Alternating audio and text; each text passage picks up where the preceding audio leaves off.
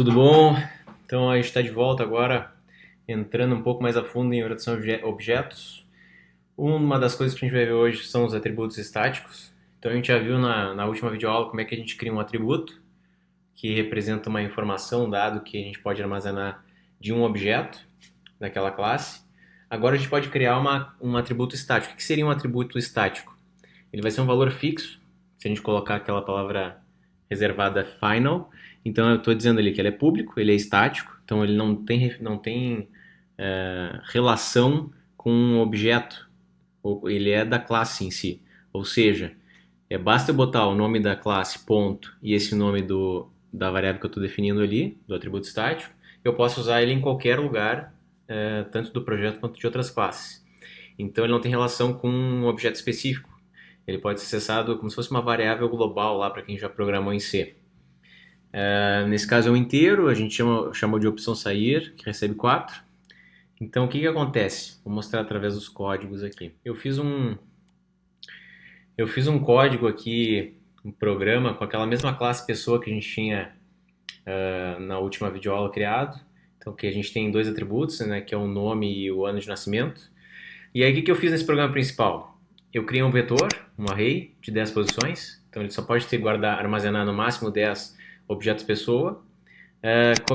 Usei uma variável de controle aqui para saber o número total de pessoas que eu cadastrei até o momento. Criei o buffer reader para poder ler do usuário alguma informação. E fiz um do while aqui com as opções. Então, inicializei com a opção 3, que é de sair. Aqui a gente está com o do while. Então, toda vez eu vou mostrar o menu para o usuário. Agora a gente vai olhar com calma cada método desse. Se o cara escolheu a opção 1, se o usuário escolheu, a gente vai cadastrar essa pessoa que ele quer informar os dados. Caso ele tenha escolhido a opção 2, a gente vai mostrar as pessoas que estão cadastradas até o momento. Caso 3, ele vai sair, e a gente só vai dizer até logo. E caso ele não tenha escolhido nem 2, nem 3, nem 1, a gente vai dizer que a opção é inválida. Em algum momento, quando ele estiver nesse do while, ele vai pedir novamente. Se ele informar a opção 3, ele vai sair daqui da repetição e vai acabar o nosso programa. Então, mostra menu. Vamos para a opção de mostra menu. A única coisa que eu faço é mostrar as opções, 1, 2, 3. Cadastrar, mostrar e sair. Leio a informação do usuário que ele digitou e transformo para inteiro, porque eu estou dizendo que as opções são inteiras.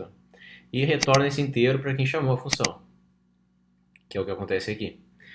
Na hora de cadastrar uma pessoa, eu tenho que atualizar o número total de pessoas, então eu preciso passar tanto o vetor, quanto o número total atual, quanto o buffer reader para poder ler. Aqui mostra pessoas. Não, vamos ver para cadastrar. Então o que faz o cadastrar? A gente pergunta qual é o nome da pessoa, lê e armazena isso na variável nome, faz a mesma coisa para o ano e guarda na variável ano, instancia o objeto pessoa na linha 47 com as duas informações que eu li, nome e ano. Isso eu armazeno numa variável p. E aí o que eu faço aqui? Eu faço um teste para verificar se a lista já não extrapolou de 10. Então se eu estou somando mais um nesse total de pessoas atual, se ele passar de 10, eu vou dizer que não posso mais cadastrar ninguém. Caso contrário, somo no número total de pessoas, porque eu estou cadastrando mais um. E no meu array eu vou armazenar nessa nova posição o objeto P. E no final eu retorno esse valor atualizado. Já no mostra pessoas, que é bem simples, eu só vejo se tem alguém no meu vetor. Se não tiver ninguém, esse cara aqui vai estar com -1, essa variável. E aí eu só vai dizer que não existem pessoas cadastradas. E, caso contrário, eu vou fazer um for each para percorrer o meu vetor pessoas, que eu vou ter vários objetos tipo pessoa, e dentro do meu laço eu vou ter essa variável chamada pessoa aqui com P minúsculo, que eu vou só dar um print dela. Então, vocês vão notar aqui, o que eu fiz aqui? Eu mandei dar um print do objeto. Vamos fazer um teste que eu quero mostrar para vocês o que acontece quando a gente manda executar. E a gente vai voltar para a variável estática, tá? Não se preocupem. Então vamos executar, só quero mostrar para vocês. Vou cadastrar uma pessoa e vou pedir para mostrar ela. Opa! Aqui é o que eu fiz aqui, number format. Opa, aqui não tem. A gente estava aqui, eu tinha trocado o nome, não é string input reader, é input stream reader. Agora sim. Então vamos de novo. Rodar o programa 2. Então vai mostrar as três opções que a gente tem. Então ele está nessa linha aqui, ó, 14, esperando que eu digite uma opção. Vamos cadastrar uma pessoa. Então é o João, que nasceu em 1984. Vou mostrar a pessoa agora. O que acontece? Primeiro que... funcionou porque eu já fiz o toString. Por que ele mostrou nesse formato aqui? Primeiro eu teria que testar se não é null, né? Primeira coisa.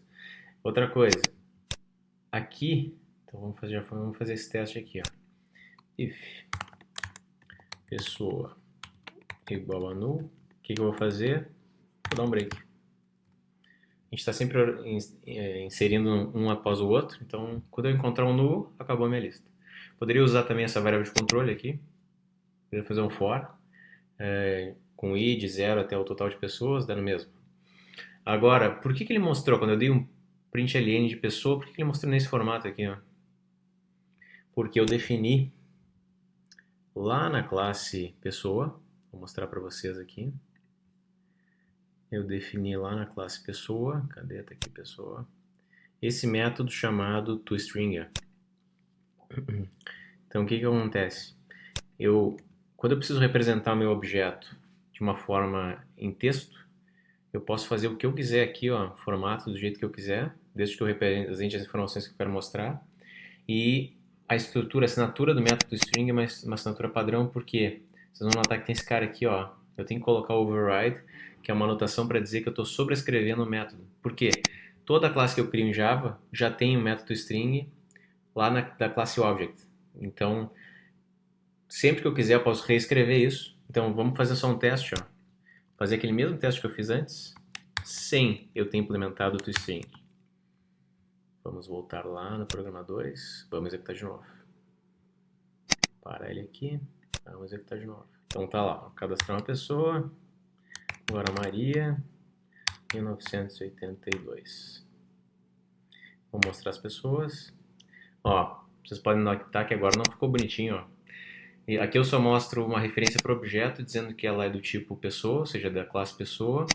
Tem sempre um arroba e aqui é um endereço de memória onde está armazenado.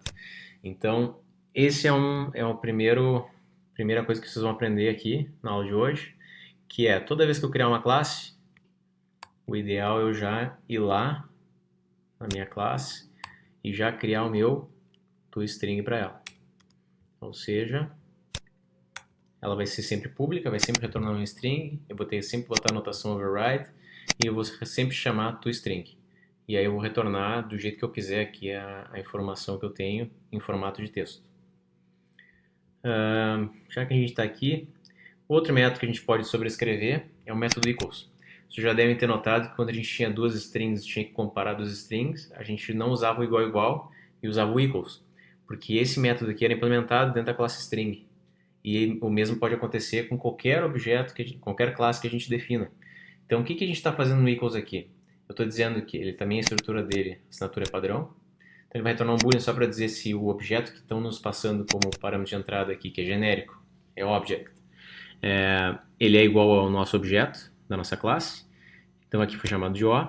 Primeiro teste, ver se eu não sou o próprio objeto. Então se o this é igual ao O, eu já retorno true, já é o mesmo objeto, não tem que fazer mais teste nenhum. Ele não testa mais nada e já retorna para quem chamou o método. Depois, caso ele passe, não é o mesmo objeto, eu estou testando. Se for null ou se a minha classe for diferente da classe do objeto que me passaram, também retorno falso. Então não é o mesmo objeto aqui, e aqui não é nem da mesma classe, ou ele está vazio, está com null. Caso eu chegue na linha 53, aí eu já sei que ele não está vazio, ele não é o próprio objeto e a classe é o mesmo. Aí eu faço o quê? Faço um cast aqui, ó, para a pessoa, que é a minha classe, e guardo isso numa variável. Eu chamei de pessoa, vocês podiam chamar de outra coisa. Aí aqui, finalmente, eu vou retornar. Aqui eu posso comparar o que eu acho que diferencia, nesse caso, uma pessoa de outra. Então aqui eu estou usando tanto o ano de nascimento e o nome que eu tenho, e verificando se ele é igual ao nome da pessoa que me passaram e o ano que me passaram também da pessoa. Se os dois derem iguais, então o objeto é igual. Vocês podem também reescrever a função de hash, aqui o hashcode, que ele cria uma representação, ele faz um hash, uma função de hash, juntando os dois atributos que eu tenho para ter um identificador único para meu objeto. Isso é usado aqui pelo próprio equals. Então, a gente tem esses dois caras aqui que a gente pode usar agora sempre. O método equals e o método string, qualquer classe que a gente crie. O restante da classe está igual como a gente tinha feito na última aula. E agora, vamos ver. Então a gente tinha esse programa, né? Aparentemente está ok o programa, não tem nada demais. Só que vocês vão notar que essas constantes aqui, ó, esses valores que não alteram, esse aqui até altera, mas esse aqui, o valor da opção, são valores fixos. Aqui o 3 eu tenho que usar duas vezes, ó. Se por algum acaso eu tiver uma opção 4, for modificar o código, eu não posso esquecer de mudar aqui também.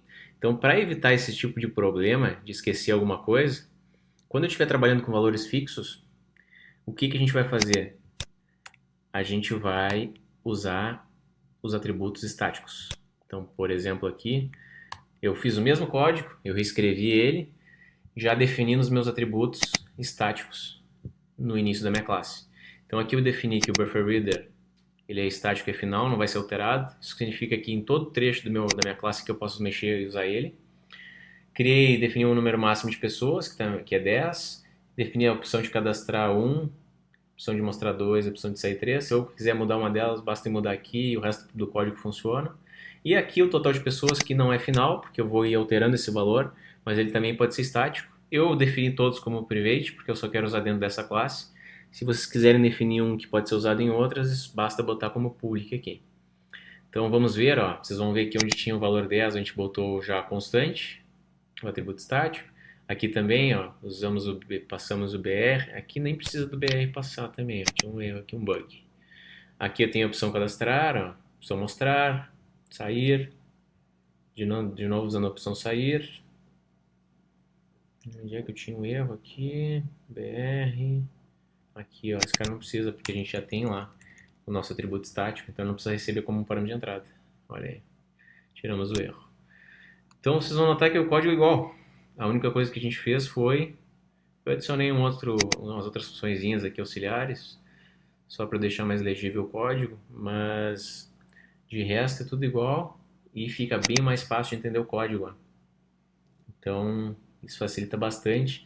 Sempre que vocês precisarem definir um atributo estático, basta definir ele aqui dentro da classe e colocar static, se ele não for ser alterado, final, e aí o tipo de informação que ele vai guardar e se eu posso inicializar ele já ou não. Já mostrei o equals. Como eu falei do equals lá antes, a gente pode ver, ó, se eu tivesse que comparar sem implementar o equals, eu teria que fazer alguma coisa nesse sentido aqui, ó. Teria que pegar o nome que eu tenho, comparar com o nome do outro objeto, usando o get de novo, fazer a mesma coisa para o ano, se os dois fossem iguais, eu faria iguais. Olha que mais simples que é o código ó, usando o equals. Só que para eu poder usar o equals aqui, no meu programa principal, eu preciso definir isso lá na minha classe pessoa.